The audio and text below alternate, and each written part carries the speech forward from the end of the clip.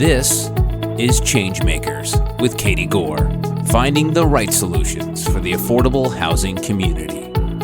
Welcome back to my conversation with Marietta Rodriguez, the President and CEO of NeighborWorks America. We've been discussing how Marietta and her team are creating opportunities for people to live in affordable homes as one of the nation's leading providers of housing and community development. Marietta, in part one, I mentioned that NeighborWorks is a congressionally chartered nonprofit, and you've added that you receive a direct annual appropriation to really support what you're doing. You guys have done an interesting analysis on the dollar ratio for leveraging. Can you tell us what you guys have figured out, how that impacts communities through this appropriation? Yeah, thank you for that question. We are a congressionally chartered nonprofit, and we are fortunate enough to have the bipartisan confidence in Congress, which, in Washington these days is nothing to sneeze at. But we're really lucky and fortunate there, and so we do receive a direct appropriation. The majority of that appropriation is put out into grants into the community every year. And what happens is we put that money out, those grants out, both in development and lending capital that become an asset on those nonprofits' balance sheets. And we also provide expendable money that helps their operations. But what those NeighborWorks organizations are able to do is take our money and blend it with other money, which makes that appropriation go any further. So you were talking about leverage, and right now our leverage is for every congressional dollar, they can leverage that up to $65 more, which is something we're really, really proud of. And that is typically something that we talk a lot about and take very seriously, because we feel like we are responsible for being really strong stewards of the taxpayer dollar.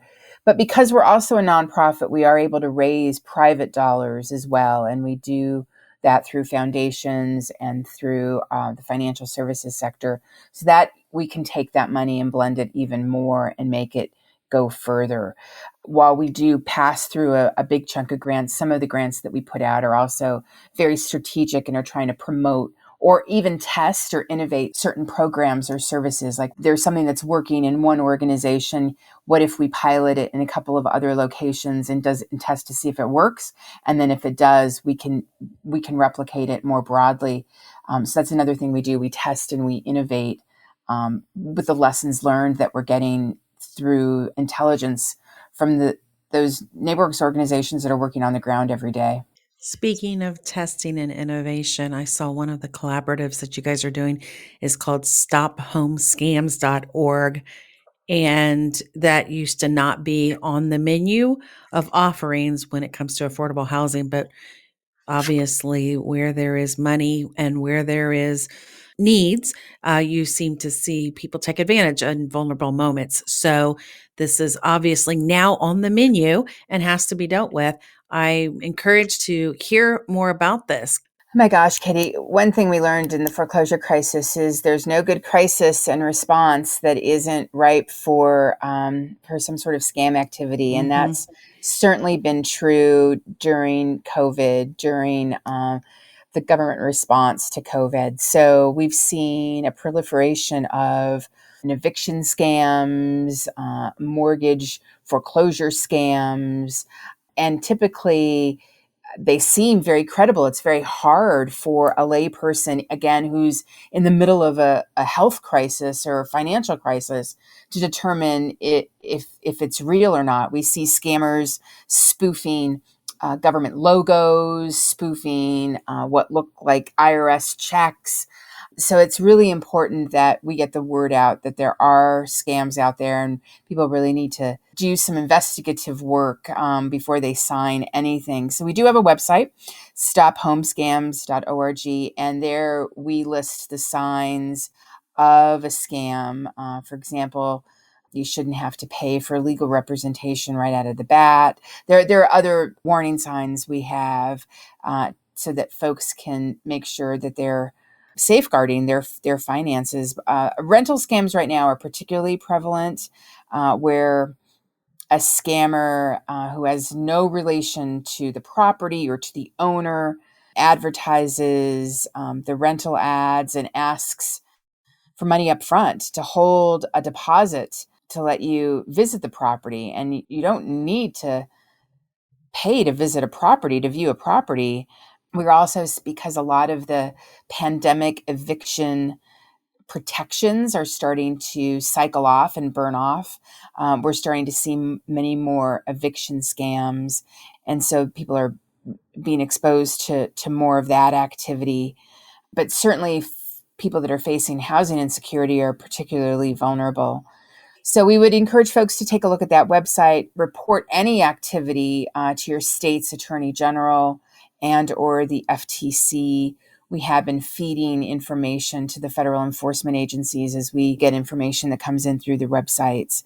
But anything that's trying to get a security deposit or a rental for a property you've never seen, or if the teaser rate seems really low in comparison to what you've seen in other rentals in the area, or the picture doesn't match the address, just a little bit of investigation can really go a long way to protect yourself. I'll save my editorials, but it does take a different kind of person to scam somebody who's in need on fixed incomes, limited incomes. Like it's just, really any income, but it's just terrible that people are trying to take advantage and scam people in this way. It's terrible, and I would agree with you. There's a special place for people like that. Well, I'm glad what you're doing because this is filling a gap that I've not seen a lot of people be, as proactive about. So I'll make sure and we highlight that and spread it around our networks as well, because this is the last thing people who are wanting and desperately trying to find housing. It's the last thing they need is to get caught up in false security deposits or false pay up front types of things. I think a rule of thumb, and each of us are looking at what can be done in different housing circles, but if you're having to pay, that's the first warning sign, right? Right. And if Yep. it sounds too good to be true, it probably is. Mm-hmm. Yep. So, question now about the shared equity. We've talked about stop home scams. Now you've got like so many I want to go through here, but let's talk about the shared equity housing initiative. Sure. We received some special funding from Congress to promote shared equity models. And so first, let me just share a little bit about what falls into or what is shared equity. Shared equity housing can come in a lot of different forms, but its overall intent is to create lasting affordability while also building wealth for people with limited incomes that really ensure that the unit stays affordable for some time. So shared equity can come in a lot of forms. For example, the home could be held in trust where the land is passed on to another affordable owner. You could have part of the proceeds of once the home is sold go into a trust fund and you share the appreciation gains. There's a lot of different ways a shared equity model can work. So we're testing and innovating around a couple of different models. Typically, not always, but typically, shared equity strategy works on either ends of the affordability spectrum, where you have there's a lot of affordability, which we don't have a lot right now, but it can help boost interest and build demand if you can hold some of the equity back and sell at a really below market rate if you're trying to build demand in a particular community. Or it can also, on the very, very expensive side of the equation, you can make it more affordable by holding some of that value in trust and passing it on more affordably that way. So it can work on either end. We are seeing some exciting innovations happening in different markets around shared equity models. We just recently published a white paper on some of those strategies. You can find that on our website, neighborworks.org. It's right on the homepage right now. So if folks are interested in shared equity models, that might be a resource. Another innovative concept that I see you guys are exploring is manufactured housing. And it's starting to get some more traction in the industry as people are, just really exploring every opportunity here to increase supply. What are some of the insights there? I'm so glad that it is getting traction, as you say. The stigma and the attitudes around manufactured housing are changing, and we're really trying to capitalize on that momentum. Manufactured housing is not the trailer of 1975. They're really well built structurally, and what they can do is they can provide an opportunity for construction that brings down the cost, particularly in a market that there's not enough construction labor. You can build these dwellings a little bit off-site and assemble them on-site. That can help with cost. We're finding that it helps in rural communities, even in suburban communities, when they're really looking to increase both affordability and put units in the ground quickly.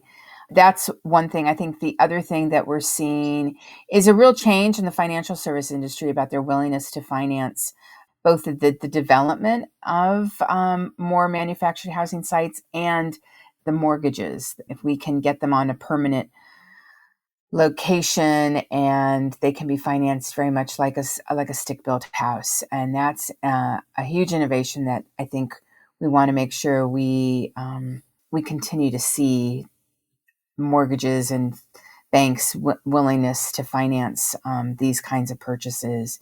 We're also seeing some shared equity in the manufactured housing space innovation, so the two cross over.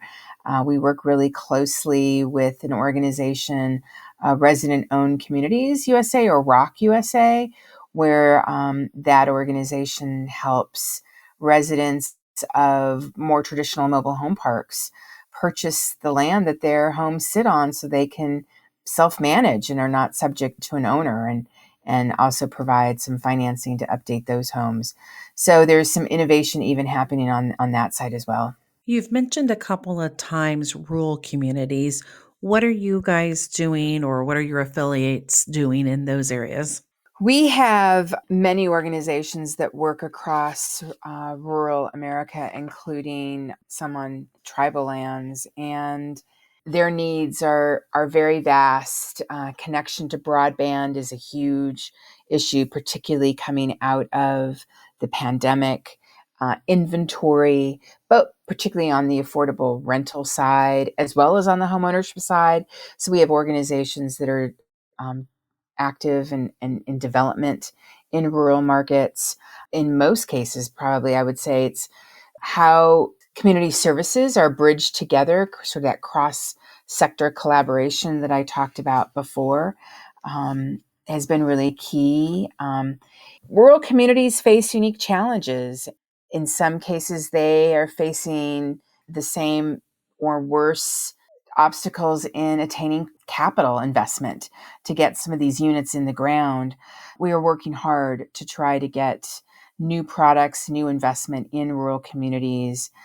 How can we leverage I've spoken about it before, but how can we leverage some of our community development financial institution capital, or CDFIs, and bring new investment and new economic development into these communities? There was a piece written in the Nonprofit Quarterly where you highlighted what we needed to do to really turn the tide to start stabilizing the economy, bridging health gaps, education gaps, just all of these pieces, all linked to housing. And you really put an emphasis, and you've mentioned it here on this podcast, but in that article, you were talking about the public and private partnerships, which isn't obvious. And so many communities seek to do that, but not all of them have the access to do that. Just kind of speak to how NeighborWorks provides some of those technical assistance alliances, or how you're able to build capacity to accomplish all the other things we want to see related to the economy and health and education.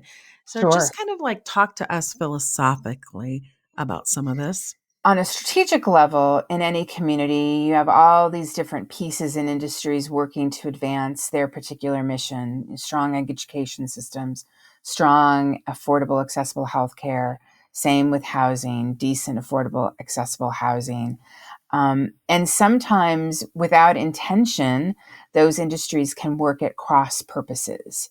And so we really feel strongly that communities need to take a step back, take a comprehensive view of all those industries and how they can work together collaboratively with all the players and parts, and how they can share the responsibility to pull together a comprehensive plan that leverages each other's strengths and resources. There aren't enough resources in any community, but perhaps if they can come together, they can put together a pool that meets the needs, and that they can go further.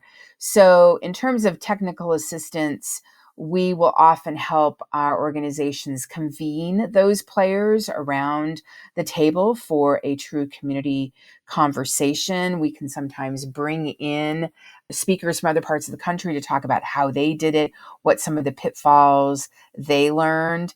We can help organizations work with the residents in their community. We believe so strongly that the resident voice must be elevated and taken into account in all of these conversations. We have a whole set of services on how to develop that resident voice and the resident leadership so that they feel comfortable sitting around the table with policymakers and can get their voice heard and taken into consideration. So that's a set of services and programs that we offer. And then in some cases, we'll have a funder or an investor say, we're really interested in this particular market, but we don't know what's needed. So again, we'll work as a convener to help coordinate the conversation. So those are some of the things that we do to help break through those institutional silos that exist in every community. It's hard work. You have to build a lot of consensus, and there has to be, at some level, political will to do that. But once you see it working, it's hard to unsee it. And if you can get momentum built, naysayers sometimes will come along. Some success will breed more success and more investment. So that's our hope, and that's the thread that we try to pull forward for communities. You are the primary spokesperson for NeighborWorks America, obviously, and you have been featured and really taken the microphone in front of a numerous audiences, from CNN to Fox to CBS, AB, all of the letters, the Wall Street Journal, New York Times. So if you were given the microphone, what is it that you absolutely tell yourself that you just have to say? I would say NeighborWorks America and the NeighborWorks Network and all of our pieces and parts are an incredibly strong institution across this country that is working very hard to ensure that people have access to safe and decent, affordable homes. And while we are incredibly fortunate to receive a congressional appropriation and we make those dollars go as far as we can, the need is so tremendous. And I know that we can do so much more. Imagine if we had more resources. Imagine what difference we could make. And so I believe strongly in the work that is happening in communities, and I just wish we could resource them even more deeply, because I know the need is out there, and I know that we have the boots on the ground that can deliver and are delivering every single day for the people that live in those communities. Well, you have the results for sure. And imagine if you didn't have to turn anybody away. So we're right there Exactly. with you. Yes, exactly. Imagine if we advanced our mission so much that we were out of business because there just was no more need. Mhm. Marietta, thank you so much for your time and reviewing all the great things that NeighborWorks is doing. Thank you so much, Katie. I really enjoyed talking with you and sharing the incredible work that's happening in the NeighborWorks Network. Thanks for listening to ChangeMakers with Katie Gore. To find out more about Katie, go to quadl.com. That's QUADL.com. This has been a production of Forbes Books Radio.